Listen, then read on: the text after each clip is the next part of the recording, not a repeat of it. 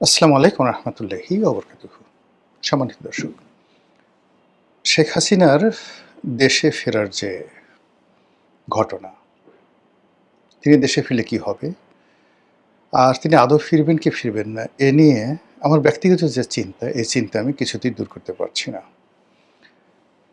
আপনারা লক্ষ্য করবেন যে প্রতিটি মানুষ যখন আঘাতপ্রাপ্ত হয়, এটা শেখ হাসিনা নন, কিংবা তারেক জিয়া নন, কিংবা বেগম জিয়া নন, প্রতিটি মানুষই তার মধ্যে একটা প্রচণ্ড প্রতিশোধ স্পৃহা থাকে। কারো মধ্যে কম, কারো মধ্যে বেশি। আপনি চিন্তা করুন যে আমরা অনেক কথা বলি। কিন্তু বাস্তবে ক্ষমতা লাভ করার পর পৃথিবীতে খুব অল্প কয়জন লোক তারা তাদের যে শত্রু তাদেরকে ক্ষমা করে দিতে পেরেছিলেন। এর মধ্যে সবার আগে আসে মোহাম্মদ রসুল্লাহ সাল্লাল্লাহু আলাইহি ওয়াসাল্লামের নাম। আর এর বাইরে রাজনীতিবিদদের মধ্যে ধরুন গাজী সালাউদ্দিনের যে ক্ষমার দৃষ্টান্ত ক্রুসেডারদের প্রতি, এটি এক অনন্য উদাহরণ। এর বাইরে যেটি হয় সেটি হলো, রাজনীতিতে কখনোই কাউকে ক্ষমা করতে হয় না, কোনো অবস্থাতেই ক্ষমা করতে হয় না। এবং যখন একটা মানুষ একবার ভুল করে, সে সেই ভুলটি দ্বিতীয়বার রাজনীতিতে কখনোই সে মানে করতে চায় না, বা এটা রাজনীতিও সহ্য করতে পারে না। যেমন ধরুন তারেক রহমান সাহেব দেশে আসছেন, এসে তিনি বলার চেষ্টা করছেন যে তার সঙ্গে যে আচরণ করা হয়েছে, তার পরিবারের সঙ্গে, তার ভাইয়ের সঙ্গে, তিনি কোনো প্রতিশোধ নেবেন না। কিন্তু বাস্তবে কি তাই? আপনি গিয়ে দেখুন তো কী ঘটনা ঘটছে একের পর এক। আবার ধরুন উনি ২০০১ থেকে ২০০৬ পর্যন্ত মূলত একটি ডিফ্যাক্টো সরকার পরিচালনা করেছেন। তার মা ক্ষমতায় ছিলেন, কিন্তু তার যে ক্ষমতার দাপট তার মায়ের চাইতে বেশি ছিল না কম ছিল, এটা প্রশ্ন সাপেক্ষ বিষয়। ওই সময়গুলোতে তার যে ভুল এবং ভ্রান্তিগুলো হয়েছে, এই জমানাতে এসে এর একটা সিঙ্গেল জিনিস বাদ পড়েছে। আপনি কোনো অবস্থায় দেখাতে পারবেন না। মনে হবে ২০০১ থেকে ২০০৬ জনাব তারেক রহমান সাহেব যেমন ছিলেন এখনো ঠিক তেমনই আছেন। ওই সময়টাতে তার স্ত্রীর সঙ্গে তার চমৎকার সম্পর্ক ছিল, এবং আপনি ওই সময় দেখেন যে তার স্ত্রী এবং তার অনেকগুলো যুগল ছবি আছে। He is a beloved father. তার সন্তানকে তিনি স্নেহ করেন, তার সন্তানও তার সঙ্গে অনেক খুনসুটি করে। এবং জাইমা যখন খুব ছোট, তখন তাকে তিনি কোলে করে, কাঁধে করে, মাথায় করে তিনি বিভিন্ন ছবি তুলেছেন। ওই সম্পর্কটি তার এখনও অব্যাহত আছে। তার স্ত্রীর সঙ্গে যেহেতু উভয়েরই বয়স হয়েছে, এখন তারা একেবারে জীবনের প্রান্তসীমায়। নাও দে আর মানে তার স্ত্রীর বয়স কত আমি জানি না, কিন্তু তার বয়স তো ৬২-৬৩ বছর। অন অ্যাভারেজে আমাদের এই বয়সটিকে বলা হয় বৃদ্ধ। তো কাজে এই সময়টিতে পারস্পরিক শ্রদ্ধার সম্পর্ক এটি বেড়ে যায় যে কোনো দম্পতির জীবনে, এবং সেটা তিনি প্রদর্শন করছেন। তিনি নম্র এবং ভদ্র আচরণ করছেন, যেটি সবাই তিনি যখন রাগ হন কারোর সঙ্গে, তো তার রাগের যে মূর্তি বা সুরত, এটি সবাই জানেন, তার আপনজন। আর তিনি যে সবার সঙ্গে কোমল ব্যবহার করেন, ভদ্র ব্যবহার করেন বেশিরভাগ মানুষের সঙ্গে, এটাও সবাই জানেন। তো কাজেই আমি তার মধ্যে কোনো পরিবর্তন দেখছি না। অন্যদিকে যেটা আছে, শেখ হাসিনার যে ক্যারেক্টারিস্টিক্স, আপনি যদি তার ক্যারেক্টারিস্টিক্স 1973 দেখেন, তার যারা আপনজন আছেন তাদের কাছে শুনে দেখবেন। আমি আজকের কাগজে যখন চাকরি করতাম, ঠিক সেই সময়টাতে তার স্বামী উনি নিয়মিত আসতেন, ডক্টর এম ওয়াজেদ। তিনি লিখতেন আজকের কাগজে, এবং আমার পাশের টেবিলে বসতেন ফরিদ কবির।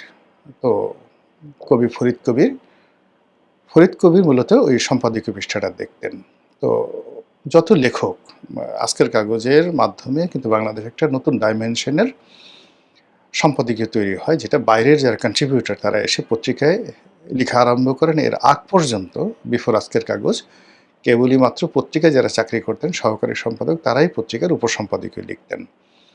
তো সে কারণে আজকের কাগজ বাংলাদেশে একেবারে নতুন ধারার জাতীয় দৈনিকে এই যে এখন আমরা যারা অনেকে সম্পাদকীয় লিখছি বা উপসম্পাদকীয় লিখছি, আমাদের শুরুটা হয়েছিল আজকের কাগজ দিয়ে এবং সেখানে শেখ হাসিনার যে হাজব্যান্ড উনিও আসতেন।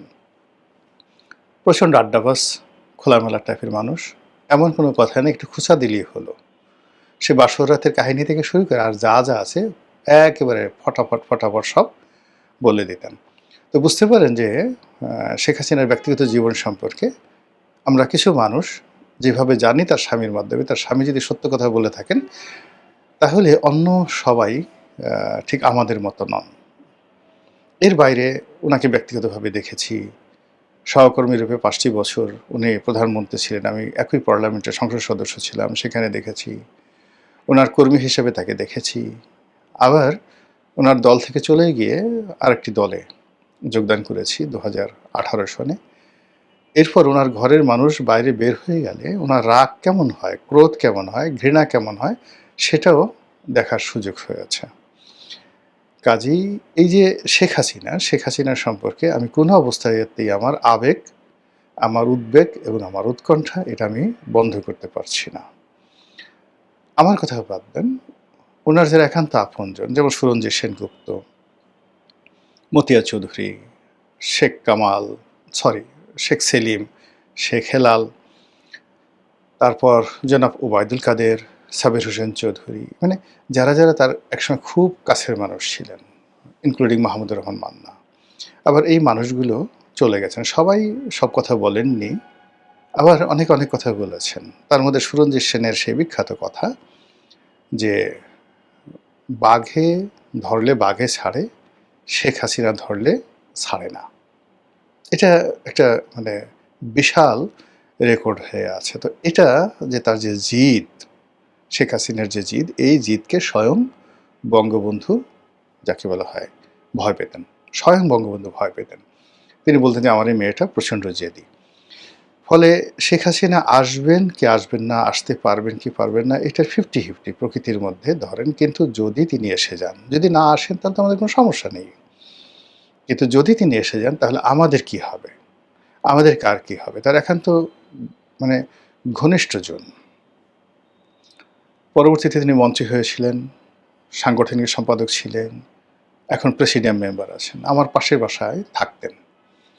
বয়সে বড়, কিন্তু যেহেতু মানে মানুষের দুনিয়াতে একটা অবস্থা হলো যে আপনার যদি অর্থনৈতিক অবস্থা ভালো হয়ে যায় তাহলে আপনার বয়সে যত বড় হোক, পদ পদবি যতই থাকুক না কেন, অর্থের কাছে মানুষ সবসময় মাথা নিচু করে রাখে। তো আমি যে নেতার কথা বলছি হি ওয়াজ মাই লিডার, স্টুডেন্ট লিডার। কিন্তু যেহেতু আমি তখনই সেই সময়টাতে 97-98 সনে সেই লেক্সাস V8 গাড়ি চালাতাম, নিজের বাড়িতে থাকতাম ধানমন্ডিতে। তো যার জন্য আওয়ামী লীগের যাদের সঙ্গে আমার সম্পর্কটা ছিল সেই সম্পর্কটা আসলে সেই ছাত্র জীবনের সম্পর্কটায় থাকিনি, ওটাকে অনেকটা প্রফেশনাল সম্পর্ক হয়ে গিয়েছিল। এর কারণ হলো নেতাদের অনেক প্রয়োজনে অনেকে হয়তো টাকা চাইতেন, আমি অনেকেরই দিতাম। এর কারণে হয় কি যে আমার একটা অবস্থান গড়ে উঠেছিল। তো সেই দিক থেকে আমি সেই নেতাকে একদিন দেখা সকালবেলা দেখি একা একা হাসছে। তার মধ্যে কী ব্যাপার, 1/11 সময় রাজনীতি কি আর করবেন না? বলে না ভাইয়া, রাজনীতি করবো না। আমি একা মানুষ, আমার একটা না দুটো মেয়ে আছে, এরকম বললেন। আমার কোনো ছেলে ঠেলে নেই, এদেরকে নিয়ে আমি বাকি জীবন কাটাতে চাই, আর এদিকে তাকাবো না। আর তুমি তো জানো যে শেখ হাসিনা কী ধরনের প্রতিশোধ পরায়ণা মহিলা, উনি ইংরেজিতে ভিন্ডিকটিভ শব্দটি ব্যবহার করলেন। তো যা হোক, যেহেতু তারা রাজনীতি করেন, রাজনীতির এই কথাটা রাখতে পারেনি। 11 পরে সরকার আসছে, তারা দলের সঙ্গে থাকছেন, পরবর্তীতে MP হয়েছেন, মন্ত্রী হয়েছেন, আবার এখন নিরাপদ জায়গাতে আছেন। তো এভাবে দলের মধ্যে, দলের ভিতরে, দলের বাইরে, মানে তার সম্পর্কে তার যারা আপনজন, সে আপনজনরাই তাকে প্রচণ্ড ভয় পান। জামাতের অনেক লোকের সঙ্গে তার সম্পর্ক ছিল, বিএনপির অনেকের সঙ্গে তার সম্পর্ক ছিল, জাতীয় পার্টি, মানে তিনি তার ক্রোধের জায়গা থেকে, রাগের জায়গা থেকে, ঘৃণার জায়গা থেকে একজনকে এক চুল ছাড় দেননি। 2 নম্বর হলো যে তিনি যে বিষয়গুলো প্রতিশোধ নিতে চেয়েছেন, তার সুযোগ হওয়া মাত্র সেই প্রতিশোধের একটা সিঙ্গেল জায়গাতে তিনি ছাড় দেননি। এলো তার বাস্তবতা। এবং তিনি যেটা করতে চেয়েছেন, ভালো হোক মন্দ হোক তিনি সেটা করেছেন। কাউকে ভালোবাসার দরকার, সে দুনিয়ার যত মানুষ খারাপ বলুক না কেন, তাকে তিনি স্নেহের যাকে বলে বন্ধনে আবদ্ধ রেখেছেন। একটা সময় আমাকে খুব স্নেহ করতেন। তা আমাকে স্নেহ করতেন কিন্তু পুরো আওয়ামী লীগের সবাই, each and everybody was against me. তিনি মাঝে মধ্যে অবাক হয়ে যেতেন যে একটা বাচ্চা ছেলে নতুন এমপি হয়েছে, আওয়ামী লীগের সেই সৈয়দ আশরাফ সাহেব থেকে শুরু করে সবাই দল বেঁধে কেন এই ছেলেটার বিরোধিতা করছে। তিনি আরও আমার প্রতি তার যে স্নেহ এটা আরও বাড়িয়ে দিলেন। শেষের দিকে যেটা হলো সালমান সাহেবের সঙ্গে যে ঘটনা, ওটা একটা দুর্ঘটনা ছিল এবং ওটা আমি হ্যান্ডেল করতে পারিনি। আমি জেলে গিয়েছি, ইচ্ছা করলে আমি জেলে অ্যাভয়েড করতে পারতাম, কিন্তু বয়সে তরুণ ছিলাম। তো যার জন্য আমার কাছে মনে হয়েছে জেলে যাওয়া বা একটু ঘাড় টাড়ামি দেখানো। কিন্তু এখন বুঝতে পারি যে প্রধানমন্ত্রী হলেই আসলে সবাইকে সব জিনিস করা যায় না, আর সবাইকে ফেভার করা যায় না সব সময়টাতে। এখন তারেক রহমান সাহেব প্রধানমন্ত্রী হয়েছেন, তার যখন তিনি প্রধানমন্ত্রী ছিলেন না, তখন তার একটা লিমিটেশন আছে। আবার এখন প্রধানমন্ত্রী হওয়ার পর তার অনেকগুলো লিমিটেশন রয়েছে। ফলে তিনি ইচ্ছা করলেই তার সঙ্গে কারো যে সম্পর্ক, সব সম্পর্ক তিনি ওন করতে পারবেন, সবাইকে ডাকতে পারবেন, সবাইকে অ্যাবজর্ব করতে পারবেন, এটা একেবারে অসম্ভব ব্যাপার। শেখ হাসিনার ক্ষেত্রেও এটা সম্ভব ছিল। ফলে আমার যে তার প্রতি কনসিডারেশন যে সবসময় তিনি আমাকে রক্ষা করবেন, আমার পক্ষে করবেন ইত্যাদি, ইত্যাদি, এই জিনিসগুলো আসলে ভুল ছিল। আমি কখনোই তার কাছে যাইনি। আমি চাইতাম যে তিনি আমাকে ডাকবেন। তো এনিওয়ে, যাই হোক, এখন যেটা হলো যে তার এই যে প্রতিশোধ গ্রহণ করার যে ক্ষমতা, এটি প্রবল, এটি ব্যাপক।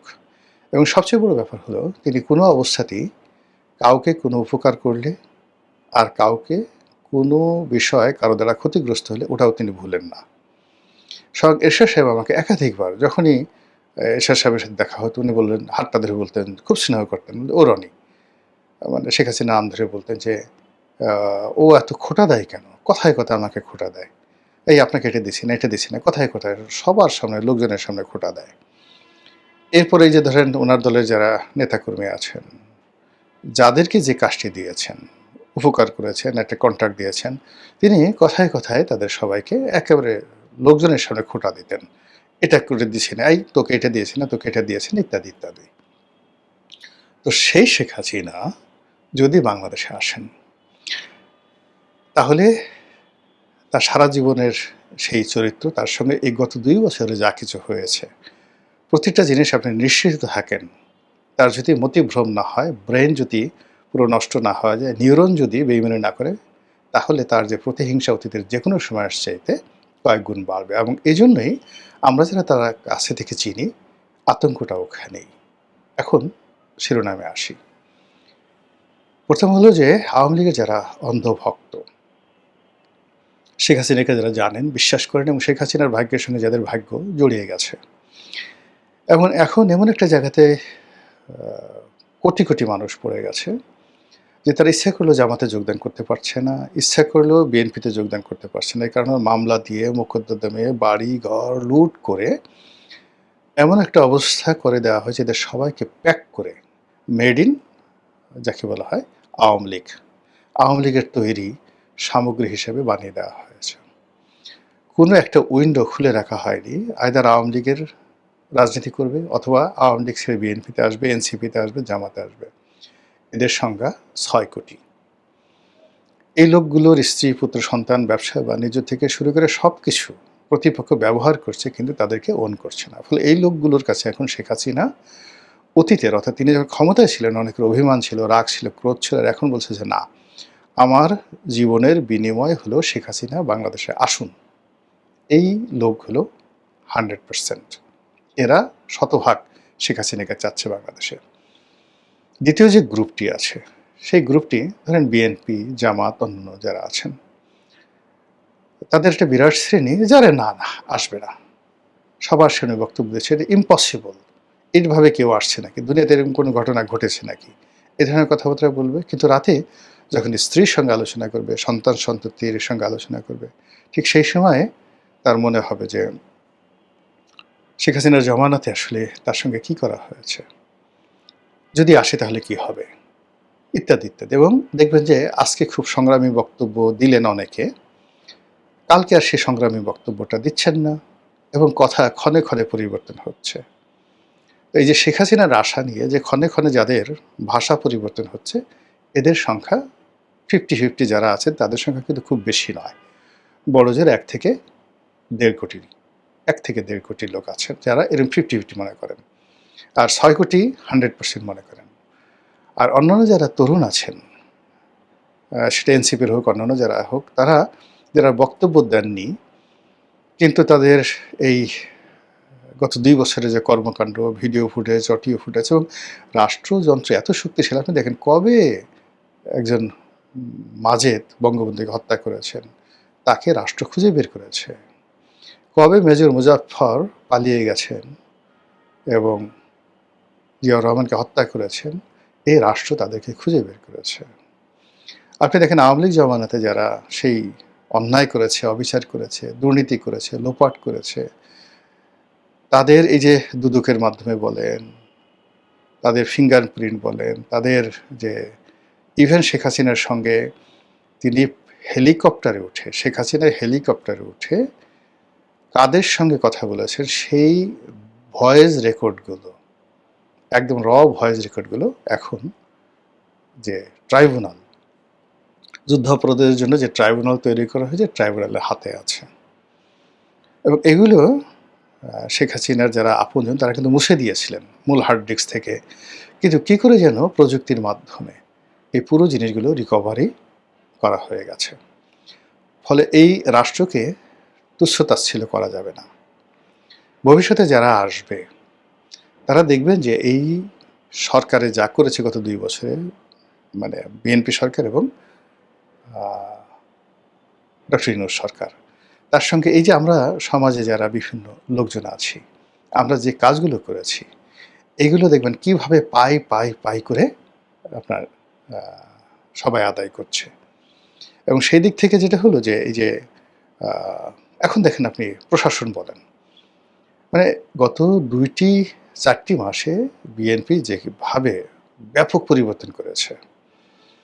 আবার ধরুন ডক্টর ইউনূস ক্ষমতা আসার সঙ্গে সঙ্গে ১৫ দিনের মধ্যে জামাত যে কাজগুলো করে ফেলেছে, তো ঠিক সেম কাজ জামাত যদি পারে, বিএনপি যদি পারে, আওয়ামী লীগ আরও কত সুন্দর করে